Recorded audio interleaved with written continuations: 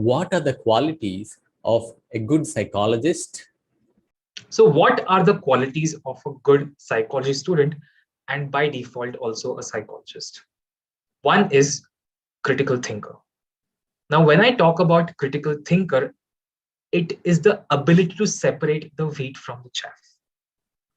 With the proliferation of internet, we have access to so much of information. But can all the information be trusted? No. So, how do we decide which information is reliable, which information is not? And this critical thinking skill will help you decide this. So, for example, to be a critical thinker, you also need to be open minded. Now, I may believe that all vegetarians are peace lovers and all non vegetarians are aggressive. But do I have any evidence for this belief? Let's say if a research study is published which mentions that food habits have nothing to do with aggression. Now, if I'm able to change my belief in the light of evidence, somewhere critical thinking has played a role. So, critical thinking, in other words, it helps you not only separate the wheat from the chaff, but it also helps you become more open minded. The next quality is to be patient and persistent. Now, when you practice either as a clinical psychologist or as a counselor, you will be seeing a lot of cases. Many of psychology students are fascinated when they embark on their journey of being a mental health professional. But there are cases where no matter what you do, the progress just doesn't seem to happen. And at that point of time, it's very easy to feel frustrated. But one thing that a psychologist must definitely master is the virtue of patience.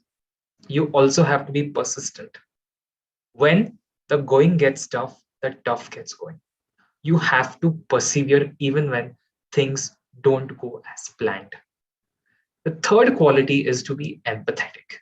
Now, often people think empathy is the same as sympathy, but these are two different terms. When I sympathize with someone, I'm feeling sorry for that person. Oh, what a poor thing. So when I sympathize, I'm actually putting the other person down. But in empathy, I'm adopting the other person's frame of reference. I'm trying to put myself in the other person's shoes and experience the world as if it was the other person's. So you don't have to lose that as if quality. And this is a skill that will help you succeed as a mental health professional, the skill to be empathetic. Now, the question is, how do we become empathetic? So, I had a friend who's not married and was counseling the couples. And accidentally, this friend said, I understand what you must be going through. The female in the pair said, how can you understand what you're going through if you're not married? She had a point. So instead of saying, I can understand what you're going through, a better way would be, I'm sure it must have been a difficult experience or a difficult situation. So, how do we become more empathetic? The more experiences we expose ourselves to, the more empathetic we will become. The next quality is that of being an active listener. In many of the conversations that we are a part of, are we really interested in what the other person is saying? We often put on a pretense, right? Haha, okay, all right, But in many cases, we are not interested. But to be an active listener, you have to immerse yourself in the conversation.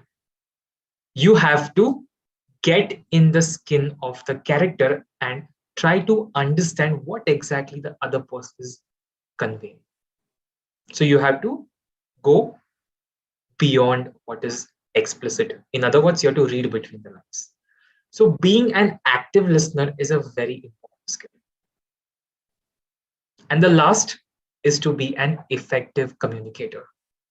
Now, as psychologists, as mental health professionals, you will be speaking to a lot of people. Some of them may be experts, the other could be lay people, could also be talking to children.